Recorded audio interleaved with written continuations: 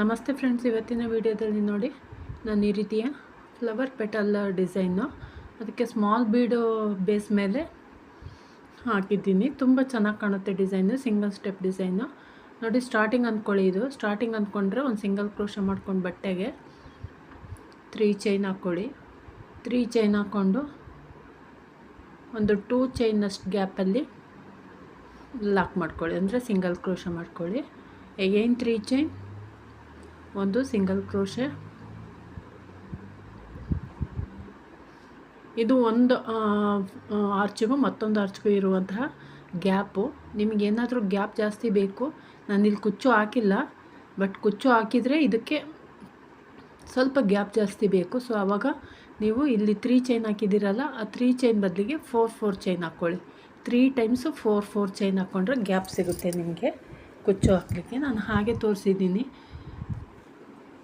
ಈಗ 3 ಟೈಮ್ಸ್ ಆದಮೇಲೆ ದಾರ ಮೇಲೆ ತೊಗೊಂಡು ಈ ರೀತಿ 4 ಬೀಡು, ಸ್ಮಾಲ್ ಸೈಜ್ ಬೀಡ್ ಹಾಕ್ಕೊಂಡಿದ್ದೀನಿ.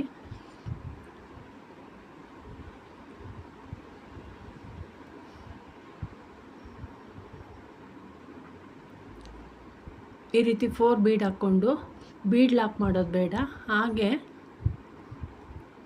ಒಂದು 2 ಚೈನ್ನಷ್ಟು ಗ್ಯಾಪಲ್ಲಿ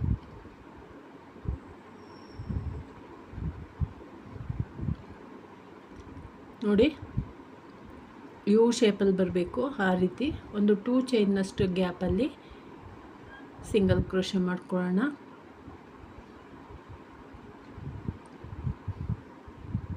ಈ ರೀತಿ ಬರಬೇಕು ಬೀಡು ರೌಂಡ್ಗೆ ಮಾಡ್ಕೊಂಡಾಯ್ತಲ್ವಾ. ಈಗ ಡಿಸೈನ್ನ ಬ್ಯಾಕ್ ಸೈಡಿಗೆ ತಗೊಂಡು ಟರ್ನ್ ಮಾಡಿಕೊಂಡು 4 ಚೈನ್ ಹಾಕ್ಕೊಳ್ಳೋಣ. 1 2 3 4 ಚೈನ್ ಹಾಕ್ಕೊಂಡು ಫಸ್ಟ್ ಬೀಡ್ ಮತ್ತು ಸೆಕೆಂಡ್ ಬೀಡ್ನ ಮಧ್ಯಭಾಗದಲ್ಲಿ ನೀಡಲ್ ಹಾಕಿ ದಾರ ತೊಗೊಬಂದು ಒಂದು ಸಿಂಗಲ್ ಕ್ರೋಶ ಮಾಡ್ಕೊಳ್ಳೋಣ. ಅಂದರೆ ಆ ಬೀಡ್ ಮೇಲೆ 4 ಚೈನ್ ಕೂತ್ಕೊಳ್ಳುತ್ತೆ, ಅಂದರೆ ಬೇಸ್ ಲೈನ್ ಥರ ಆಗುತ್ತೆ. ನಾವು ಸುಮಾರು 4 ಫ್ಲವರ್ ಪೆಟಲ್ ಡಿಸೈನ್ ತೋರಿಸಿದ್ದೀನಿ. ಅದರಲ್ಲಿ ಇದು ಒಂದು ಡಿಫ್ರೆಂಟ್ ಆಗಿದೆ. ಸ್ಮಾಲ್ ಬೀಡ್ ಬೇಸ್ ಮೇಲೆ ಹಾಕಿರೋದು ತುಂಬ ಡಿಫ್ರೆಂಟಾಗಿ ಕಾಣುತ್ತೆ. ಮತ್ತೆ 4 ಚೈನ್ ಹಾಕ್ಕೊಂಡು ಸೆಕೆಂಡ್ ಬೀಡ್ ಮತ್ತು ಥರ್ಡ್ ಬೀಡ್ನ ಮಧ್ಯೆ ಅದೇ ರೀತಿ ಸಿಂಗಲ್ ಕ್ರೋಶ ಮಾಡ್ಕೊಳ್ಳೋಣ. ಅಗೈನ್ 4 ಚೈನ್, ಥರ್ಡ್ ಬೀಡ್ ಮತ್ತು 4 ಬೀಡ್ ಮಧ್ಯೆ ಒಂದು ಸಿಂಗಲ್ ಕ್ರೋಶ.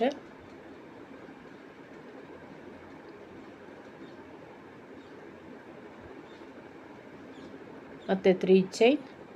ಒಟ್ಟು 4 ಪೆಟಲ್ ಬರುತ್ತೆ. 4 ಬೀಡ್ಗೆ 4 ಪೆಟಲ್ಲು ಮತ್ತು 4 ಚೈನ್ ಹಾಕ್ಕೊಂಡು ಲಾಸ್ಟ್ ಬೀಡ್ ಪಕ್ಕದಲ್ಲಿ ಒಂದು ಸಿಂಗಲ್ ಕ್ರೋಶ ಮಾಡ್ಕೊಳ್ಳಿ.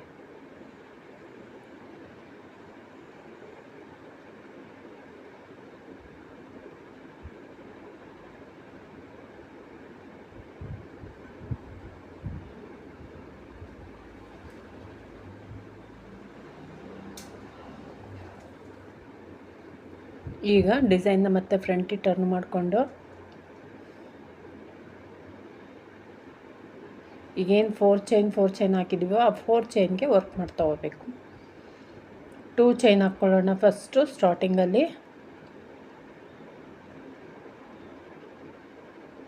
2 ಚೈನ್ ಹಾಕ್ಕೊಂಡು ನೀಡಲ್ ಮೇಲೆ ಒಮ್ಮೆ ದಾರ ತಗೊಂಡು ಫಸ್ಟ್ 4 ಚೈನ್ ಗ್ಯಾಪ್ಗೆ ಒಂದು ಡಬಲ್ ಕ್ರೋಶೆ,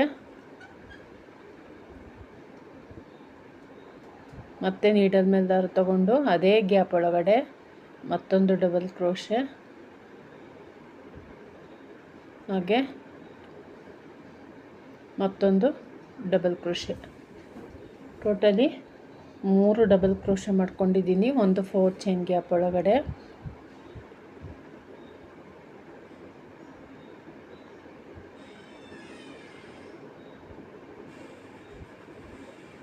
ಈಗ 2 ಚೈನ್ ಹಾಕ್ಕೊಂಡು ಮತ್ತೆ ಅದೇ 4 ಚೈನ್ ಗ್ಯಾಪ್ಗೆ ಲಾಕ್ ಮಾಡ್ಕೊಳ್ಳೋಣ.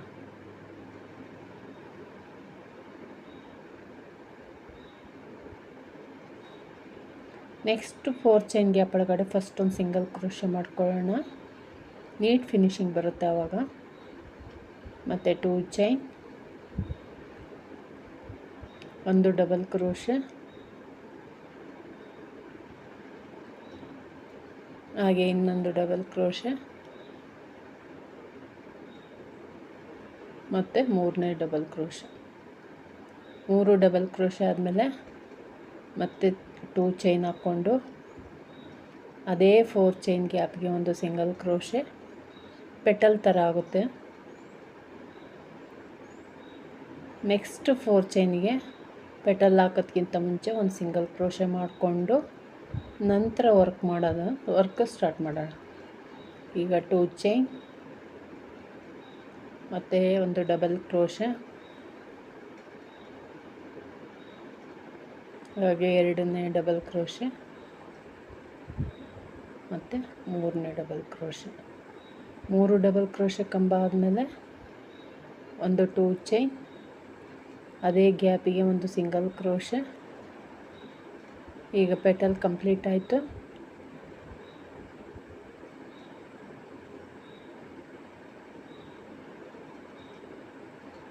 ನೆಕ್ಸ್ಟ್ 4 ಚೈನ್ ಗ್ಯಾಪ್ಗೆ ಒಂದು ಸಿಂಗಲ್ ಕ್ರೋಶೆ ಮಾಡ್ಕೊಳ್ಳೋಣ.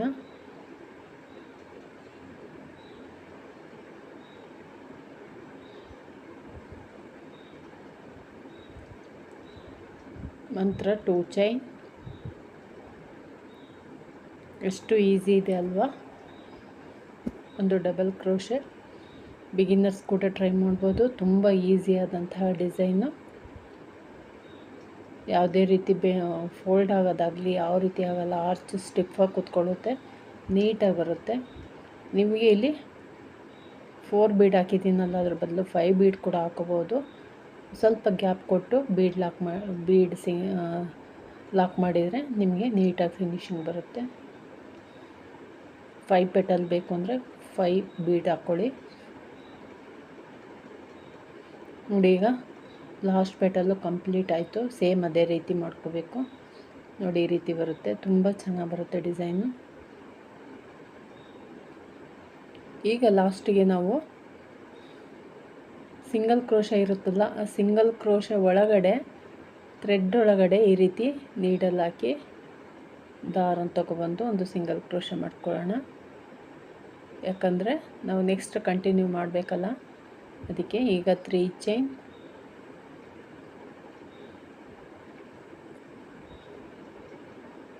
ಒಂದು ಸಿಂಗಲ್ ಕ್ರೋಶೆ. ನೀವು ಕುಚ್ಚು ಹಾಕೋದಾದರೆ 3 ಚೈನ್ ಬದಲಿಗೆ 4 ಚೈನ್ ಹಾಕ್ಕೊಳ್ಳಿ. 4 ಚೈನ್ನ 3 ಟೈಮ್ಸ್ ಹಾಕ್ಕೊಂಡ್ರೆ ನಿಮಗೆ ಬೇಕಾದಷ್ಟು ಗ್ಯಾಪ್ ಆಗುತ್ತೆ.